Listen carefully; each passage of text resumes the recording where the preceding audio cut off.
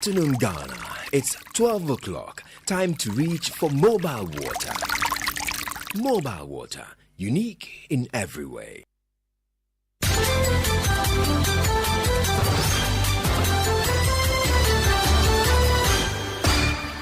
Hello, good afternoon, and welcome to the Midday News.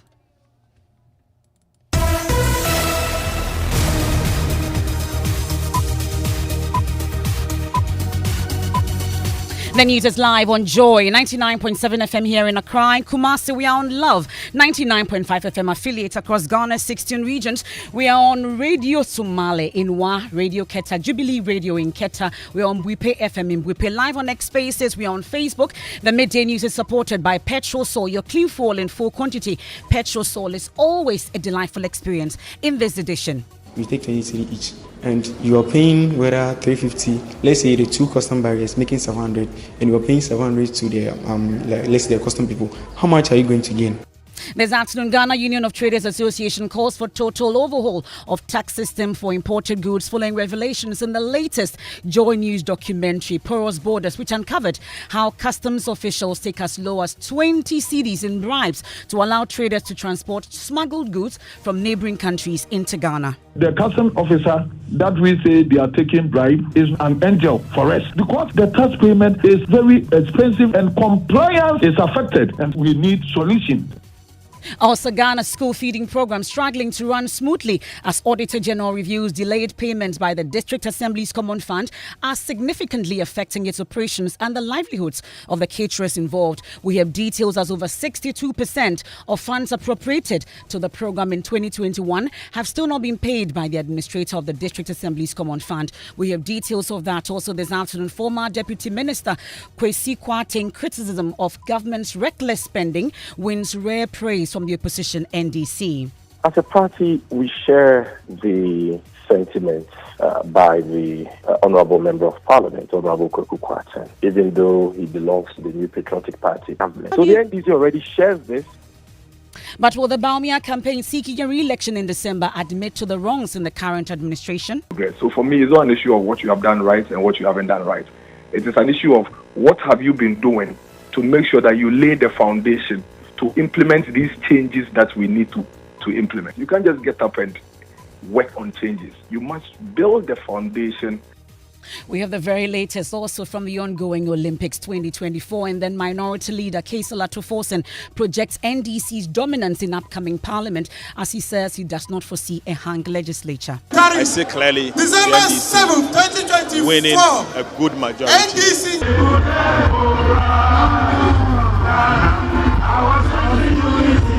That and more in this afternoon's edition of the Midday News. I am Emefa. Apawu, please do stay on for details.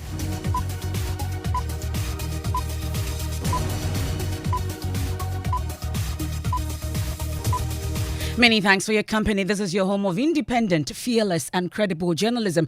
And this afternoon, the Ghana Union of Traders Association is calling for a total overhaul of the tax system for imported goods, while it follows revelations in the latest Joy News documentary, Porous Borders, which uncovered how customs officials take as low as 20 cedis in bribes to allow traders to transport smuggled goods from neighboring countries into Ghana, thereby depriving the state of much-needed tax revenue. We'll get to hear from Guta on this particular matter, as well as the Ghana Integrity Initiative shortly. But first, though, here are excerpts of the Joy News Hotline documentary titled Porous Borders by investigative journalist Kwete Nati. Read to you. You can't buy 240. Oh, that means no, I don't go buy for you.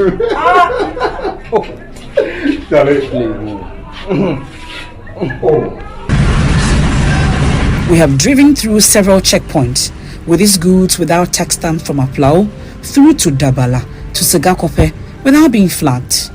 Our movement through these checkpoints was smooth until the customs officials in her mid-30s flagged us to stop at the Segakope checkpoint. The investigative team assumed this customs official who stopped us was to inspect these goods would get us to pay taxes on the assorted drinks. But we were in for a shocker. She demanded the team pay a bribe of 400 cedis. She allowed us to pay 200 cedis after some minutes of negotiations. You pay something to watch your How much? Because how much?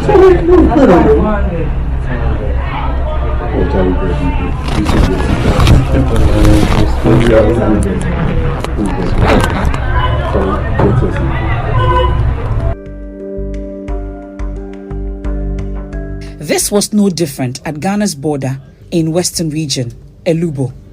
Many bags of rice are bought through the border post and are allowed to pass without paying the right taxes. Some of these traders who bring rice from the Ivory Coast have become familiar with customs officials demanding bribes from them and allowing them to go with their booty. Despite its toll on their profits, they prefer dealing in such transactions to pay the right duties. They claim they are not issued with invoices or receipts to cover these payments they make to unscrupulous customs officials. Custom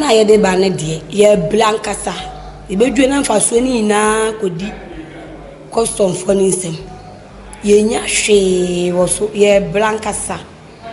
So ka so mo jeje mo nsem muska sen na ye omo jeje yemfa se bia wato nema 2000 sen na be jeje ma onfa so nyina ate efri usikedua ne so Yes say nyama no mo se enye duty na ebe ye no ebo mbe je no esen bia duty no wakofa mo boto baako o se ye 20 cedis and 30 cedis na say na me make say emo makoto me fa so ina ye 20 cedis bia 30 cedis no waji mu se 30 cedis na say na me meton na tumi akontem ama matumi abefa foforo. Well, Porous Borders airs on the Super Morning Show. You've heard it this morning. Also, much later on the Joy News channel at 8:30 p.m. It will be live. And then also on all our social media platforms, you want to catch the full investigative piece put together by my colleague Kwete Nati, Porous Borders. Well, there have been several reactions already when we aired it on the Super Morning Show today. Reacting to this, particularly, is the president of the Ghana Union of Traders, Guta, Joseph Obeng. And he's noted that much as the traders want to comply with border regulations, the high taxes makes it impossible for them to do so. Speaking on the Super Morning Show, Mr. Obeng actually described the customs officials who aid the traders transport that goods as angels and called for a national conversation that will address the exorbitant prices at the border which traders cannot possibly pay. The tax system that is so extorsively high, that business very unbearable, and that is the only problem. You know, sometimes the custom officer that we say they are taking bribe, the word bribe is not bribe for the trader. It's a favor that the custom officer has given us because we are eventually able to even clear our goods. Without that, we couldn't even have cleared. And I'm saying this bluntly because we need solution, because we need taxes to be affordable. The pressures that goes to the poor customs officer because of our inability to pay our taxes. Make the customs officer who obliged to take something so that we're able to take our goods out, make him an angel for us. And this is true. So the whole system has to be overhauled. We have to create a conducive system that the customs officer can work with integrity, that the clearing agent can do same, and then the trader can also do same without even pointing figures on any one of us. Because even those people who are telling us to pay the legitimate taxes and all that on their duties and all that, when they are clearing their goods, they face the same thing and they use the same clearing agents. Tell me if what I'm saying is not true. So that's the president of Guta there interacting with us on the Super Morning Show. We've been hearing also from the Ghana Integrity Initiative. They've proposed a solution. Its executive director, Mary Ada, believes a confidential complaints mechanism positioned at each border will help address the problem. She explained on the Super Morning Show. When there is opportunity, people definitely take advantage of these.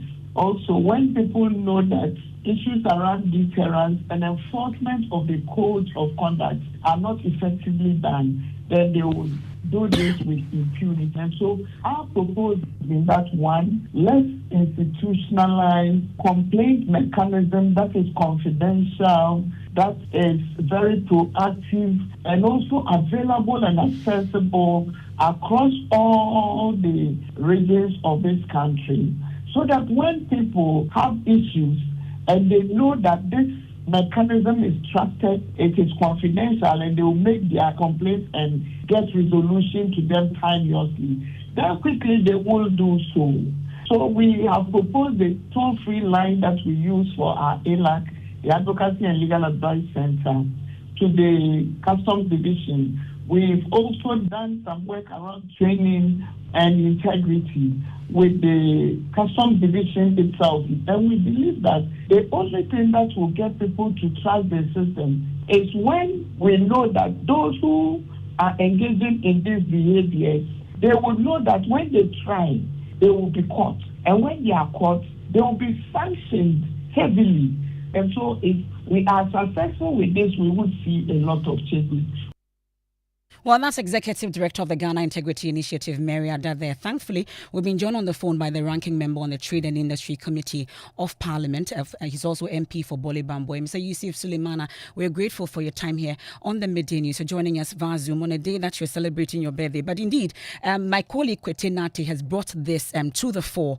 The issue about the porous nature of our borders, customs officials taking as much as just 20 cedis in bribes. You've heard Guta. They've described it as their angels who are actually helping them. What exactly are we to do about such a situation that we are faced with, you'd say? Yeah, so let me thank you for this opportunity. I think this issue tells you how corruption has become very pronounced in our country. And it is pronounced because government officials from the presidency to all appointees are not committed to fighting corruption. And once ordinary Ghanaians, civil servants get to know that those who are supposed to ensure that there's no corruption are deeply involved in it, they get emboldened and they don't fear to do it. And that is what exactly we are seeing. That you have custom officials who will go that low to take 200 cedis, 400 cedis in order to aid traders to evade tax. It tells you that our country is sick. It tells you that there is the need for a national conversation with respect to how we're going to fight corruption. If we don't do that, it will be difficult for us to stop these kind of things happening in our country. Now, the other question one will ask is, why will Ghanaian traders be importing rice from a place like Cote d'Ivoire? Tell me, why should we be importing rice from Cote d'Ivoire? Are they farming rice in Cote d'Ivoire more than us? Are they processing rice in Cote d'Ivoire more than us? What are they doing differently? The truth of the matter is that, and I agree with Guta when they said that high taxes also account for this. And so it is now profitable for retailers to import rice, or for our businessmen and women to import rice from Cote d'Ivoire.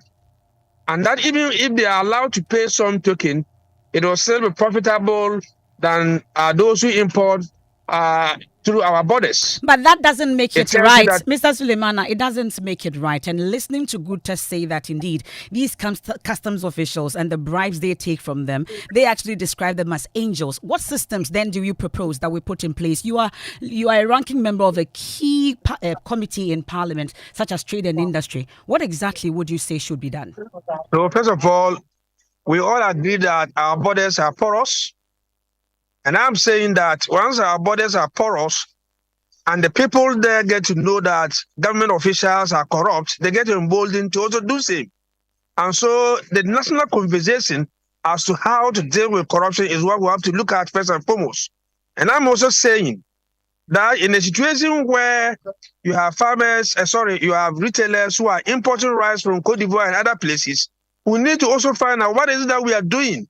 That if you are importing rice from its main source, let's say Thailand, why is it that people don't want to do it, but rather we want to import from neighboring countries? Okay. It tells you that the taxes are very high, and if we can also do something about that, then we'll be able to reduce some of these things that we are seeing around our borders. Okay, we will leave it here for now. That's Mr. Yusuf Suleimana. He's the MP also for Bole Bamboy, ranking member on the Trade and Industry Committee, and Porous Borders is that investigative piece put together by my colleague Kwetinate. And there'll be more discussions on this also on myjoyonline.com and on the Joy News channel as well. Let's focus on some other stories now. And this afternoon, the Auditor General has revealed that the Ghana School Feeding Program is facing significant operational challenges as more than 62% of funds allocated to the program in 2021 have still not been released by the administrator of the District Assembly's Common Fund.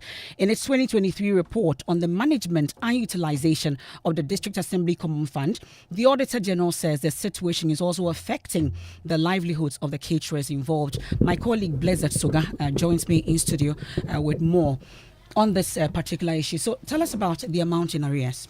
According to the 2021 approved formula for the allocation of District Assembly's Common Fund, 10.18% was earmarked for the Ghana School Feeding Program, amounting to some 266.2 million Ghana cedis. However, the Auditor General's report is revealing that out of this total amount, only 100 million cedis was released by the program on the 2nd of May 2023, 2 years after the allocation, leaving a gap of 166.2 million cedis still outstanding. I'm curious about what the management had to say about this. Well, management is indicating that the outstanding amount would be transferred when the District Assembly Common Fund receives the fund for the last 2 quarters of 2022 from the Ministry of Finance. And they have some recommendations as to what should be done. The Auditor General is stating that as of the 31st of December 2023, funds for at least 2 quarters of the 2022 period had been released. Therefore, it was recommended that the outstanding amount of 166.2 million cedis be paid immediately to the school feeding program. However, the management responded that the outstanding amount has been earmarked by the Gender Ministry to be utilized for contracting kitchens and also some schools across the country. Thank you very much. That's my colleague Blessed Soga there giving us update from the 2023 Auditor General's report. Let me take you to Parliament now. And Chairman of the Finance Committee, Patrick Yawboama, says his committee will recommend to Parliament by a majority decision the approval of a $250 million loan aimed at bolstering the financial sector. The World Bank facility is expected to address the impact of the country's domestic debt exchange program on banks and financial institutions. The majority have demanded that there be an establishment of a fund to deal with these issues. Addressing journalists in Parliament, Patrick Boama explained that the majority did not agree to this demand, hence the decision to recommend the approval by a majority decision. Government said they were going to support the financial sector through the Ghana Financial Sector Stabilization Fund with a CD equivalent of $500 million and also seek a World Bank financing of $250 million to support the program. You know, a pool of close to about 15 billion Ghana cedis is what government is seeking to mobilize to support the banking sector. The challenge I'm talking about is that the minority wants a fund legally established through an act of parliament. But this is a credit line from the World Bank where the banks will apply and analysis will be made before a disbursement will be made directly to the banks. That is different from creating a fund like the Road Fund, Zongo Development Fund, or the Special Initiative Funds that we all are used to on the floor. So a decision was taken at the committee by majority decision, and a report is being prepared to be laid. Those are some of the things that we've been doing as the Finance Committee at this time that I needed to brief the press for you to be abreast with what we are doing so that you also take an interest in what we are doing as a committee in Parliament. Let me take you live to Parliament. Parliamentary Affairs correspondent sat through that press conference, joins us on the line. So, Kweku, Patrick Boama has also been providing an update on some 1D, 1F tax exemptions struck at his committee, including ones to Sunday and Central. Tell us more. Yes, those tax waivers are the ones that the minority have been blocking. In fact, they amount to close to $400 million, and we understand they are processing them. According to Patrick Boama, the committee is going to streamline some of them and bring them to a floor for a vote. Already, their question is that there is already a pending suit at the Accra High Court against some of these tax waivers and the processes by which the finance minister brought them to the floor. But the minister, the chairman of the committee, says they're going to streamline the process and bring them to the floor for a vote. 1D, 1F we are going to advertise for a meeting on the 1D1F. And when we take a decision, we'll call a presser like we are doing now to brief you on 1D1F. For now, we are streamlining all the processes that will ensure that we get a very good report like the Speaker directed. That's the chairman of the Finance Committee in Parliament, Patrick Boama. Bakweku, we know the House will adjourn this week, but when exactly? I ask because we heard the majority insisting it must be a Friday, while the Speaker and the minority, on the other hand, wants it on a Tuesday. Yes, there are substantial government business that the majority were hoping they can get it through the line by Friday. And the minority and the Speaker insist that there are certain international parliamentary conferences that they have to attend. In fact, last Friday when they adjourned almost 11 p.m., that is what split the decisions on the floor of the House, and they were in disagreement. We understand some talks have gone on, but the understanding that the Speaker still insists that the House must adjourn tomorrow, and the Speaker of Parliament says if that does not happen, he will leave, and the House, by the majority side, will have to get somebody to preside if they insist on getting the House to adjourn on Friday. That's Parliamentary Affairs correspondent Kwekwa Santi taking us on a quick break here on the Midday News, live on Joy 99.7 FM here in Accra, in Kumasi. We are live on Love 99.5 FM, also on myjoyonline.com, live in all 16 regions. The Midday News is supported by Petrol Sol, your clean fuel in full quantity. Petrol Sol is always a delightful experience. We've been hearing from the Ghana Union of Traders Association calling for a total overhaul of tax system for imported goods following revelations in the latest Joy News Hotline documentary, Porous Borders. We return from the break. We have latest from the sports, and then also former Deputy Minister Kwesi Kwarteng's criticism of government's reckless spending rings rare praise from opposition National Democratic Congress. As a party, we share the sentiments by the Honourable Member of Parliament, Honourable Kweku Kwarteng, even though he belongs to the New Patriotic Party government. So the NDC already shares this.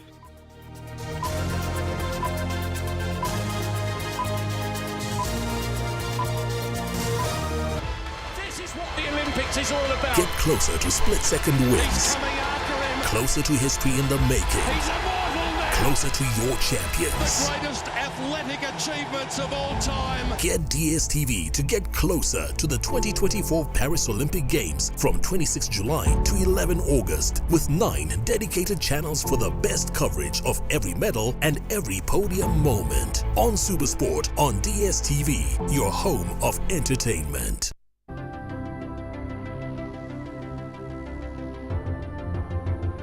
When budgets are tight and money difficult to come by, you want to be sure you get the best value for your money. These are not times to be spending money fixing expensive engine problems because of cheap fuel and lubricants. Drive to a petrol source station today and buy your quality fuel and lubricants, and rest assured of fuel that lasts long and lubricants that prevent expensive engine problems. Hear the sound. Petrosol, clean fuel in full quantity. The luckiest star 712 hash. Luck is everywhere for everyone, yeah. Here's to the friends who dialed star 712 hash and found no regrets. To the investors who struck gold. To the health workers who diagnosed luck with precision. To the tough guy who couldn't hold back his tears. To the passionate fan who couldn't contain his joy. To the seamstress who turned her hard-earned stitches into a bundle of happiness. And now, here's to you. Your next big win is right here. Luck is everywhere for everyone. Dial star 712 hash. Now join in the luckiest winning celebration. Every 1st July 2024. Over dial star 712 hash. Now I can to take it as a group, individual, and now even as a community. Now win is the prizes are in the community draw, or go for the grand draw on the 30th of November 2024. Unlock your luck with star 712 hash. Now join in the winning streak now. The luckiest star 712 hash. Luck is everywhere for everyone, yeah. The luckiest. Thanks for staying with us here on the Midday News here on Joy 99.7 FM. Let me take you into the election headquarters now.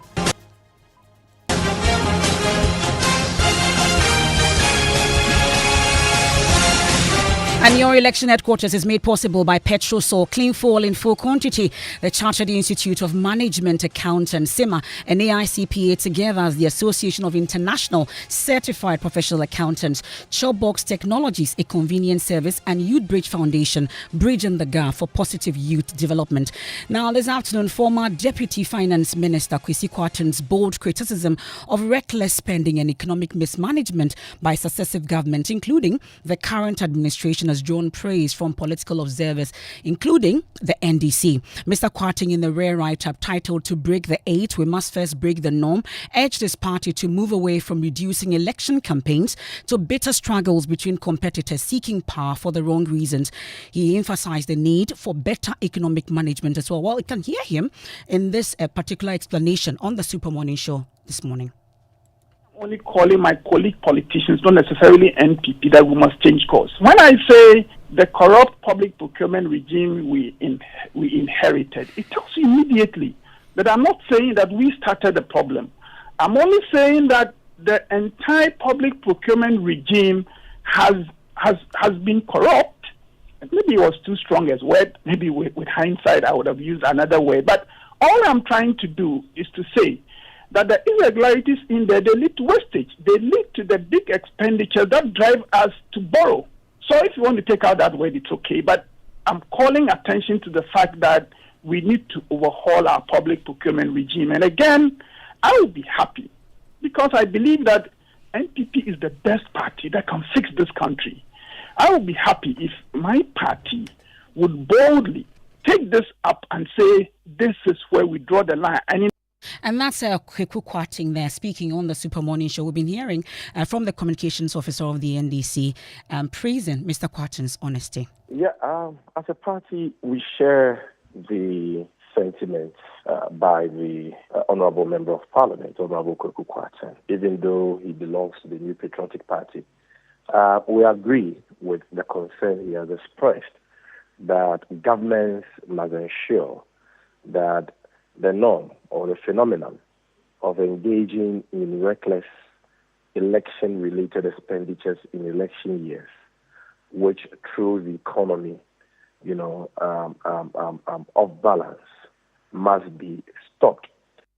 And that's Sami Jenfi, the communications officer of the NDC. Now it's time for our Thirsty Community series, and Distant Spring at the base of the Mampon Scarps in the Ashanti region has served the Ninting and Shridium communities for a very long time.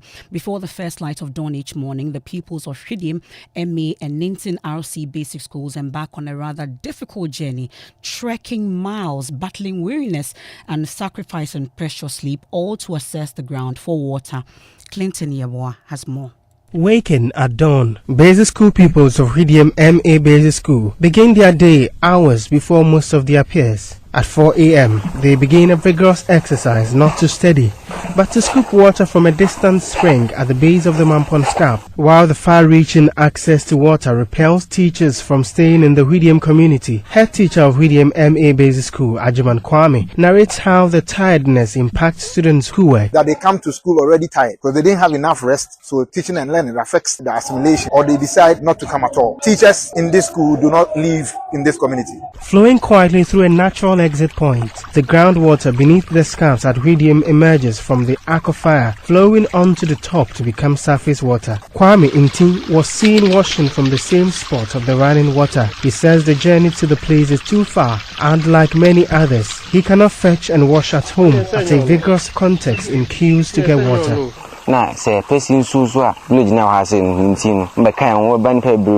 Neighboring communities also join us, so our numbers are huge, mostly in the morning. Sometimes you have to fight your way through. The situation gets similarly dire at the adjoining community in Nintim. And that's our Thirsty Community series today, brought to you by Clinton Yeboah in the Ashanti region. And it's a Monday, but people are talking on social media. Yes. What are people saying? Shola and Jackie are in the studio for MNJ. What's up? Yeah, How was your weekend? It was short. It was short, eh? Very short. It's okay. It's fine. Well, Emefa, so Paris 2024 is trending, obviously, after the weekend, the opening ceremony and all that. But then South Sudan just shocked US by beating them with 1 point. So people are talking about it on social media and other stuff just going. Simone Biles is killing, and Simone is just killing. Of course. That's for her, dear. She does well all the time. You should see her doing acrobatics on the. Please. You know, but you are waiting for Ghanaians. You know, you are waiting for our people. You can go and do it for us. We're waiting. What else are people talking about? Well, then apart from that, Black Hole is also trending. Was in the US over the weekend to perform. People are talking about it. And also, yes, Burna Boy has posted that he's going to be releasing new music at 12 a.m. today. So please, so that's for tomorrow. In fact, new album. You know, is an album on its own. Yeah. So please get ready for it at 12 a.m. Burn it. Yeah, definitely. And then Emefa also Celestine is trending after featuring Abigail Dromo in her new music video Come and See. It's a remix. Now the 7-year-old already she's trending, especially after placing third in the Britain's Got Talent. And Ghanaians are happy that at least now she's in collaborations, you know. So Celestine is a good one. No, she's dancing. Dancer in the video. Okay. Yeah. But then apart from that, you know Nicholas Omania Champon, the Zafnath Pania musician. Yes. So he said somewhere, he was in an interview somewhere, said that he has a feeling, he knows that Dr. Bawumia is coming to complete the National Cathedral. So National Cathedral is trending. That is the reason. And so someone says that there's no nobility in hunger. And someone said that the one who made a promise to God couldn't finish it. Now someone who didn't make the promise to God is now coming to finish it. Bye-bye. We are starting greater works today. We are getting ready for that. And that's how we end today's edition of the Midday News here on Joy 99.7 FM.